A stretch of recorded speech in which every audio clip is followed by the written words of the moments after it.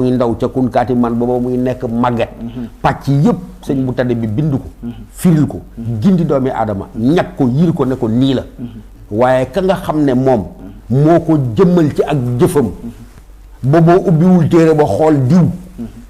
xam ne ndekete lii la ñu wax ci xasida bi nees nii la ñu war a dundee kooku ki ko jëmmal moom mooy Cheikh Ibra Fall kon moo tax may la philosophie la waaye c'est une philosophie de la pratique c'est une philosophie de l'action maanaam bu fekkee la théorie la ay xasida la ay mbind la xam-xam la ki ne man maa ko solo ba bu ngeen ma xoolee bu ngeen ubbiwul xasida yee na may jëfee ba ma dundee boo jeexal fépp fu ma jaar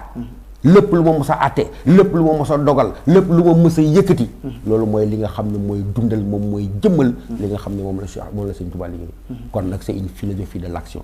waaye mu tënku ci ñett philosophie c'est philosophie Cheikh Ibra Fall boobu bu ca njëkk ba mu ngi tudd li ñuy wax ci tubaab humilité mooy lan mooy liñ mën a dendale tarbiya neenal sa bopp nga xam ne yow da ngay dàqu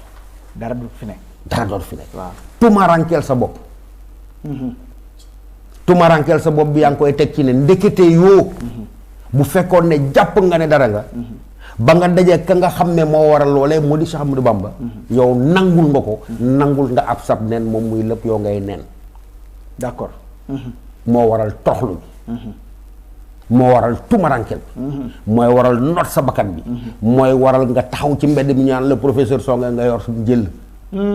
waaw di majaal ñàkkoo wëyuwoo saay-saayoo waaye toroxal sa bopp tumaranke loolu mooy jeexital donc humilité parce que yàlla ci boppam Baye Jamil bu ko neexee mu xóotal la ci am na ñenn ñoo xam ne duñ ñam ajanam duñ ko sax xeñtu ba di ko ñam lu tax anañu mooy ñi rëy parce que rëy yàllaa ko moom ku yëg sa bopp ajana du la xeeñ ba di nga fay jege dëgg la Cheikh Ibra Fall mooy dindi loolu ci yow tumaranke loola ngay dox mu naajoo tàng ngay tànki neen bu ñu ne liggéey nga jiitu ca fu ñu wootee jàmbaar nga jiitu fa fàtte nga sa bopp talatoo sol ay yére sol nga yére sax ndaxte njaxas bii boo ko seetloo couleur yére boo sol mu nga ci biir njaxas kon boo solee njaxas sol nga costume sol nga karawaat def nga lépp dëgg la kon nag benn bi mooy humilité c'est une philosophie de l'humilité mooy toroxal sa bopp jël yëpp jébbal sa borom deuxième axe bi mooy une philosophie boo xam ne dafa wéeru ci li ñuy woowe une mystique de la pitié ci tubaab mooy yërmande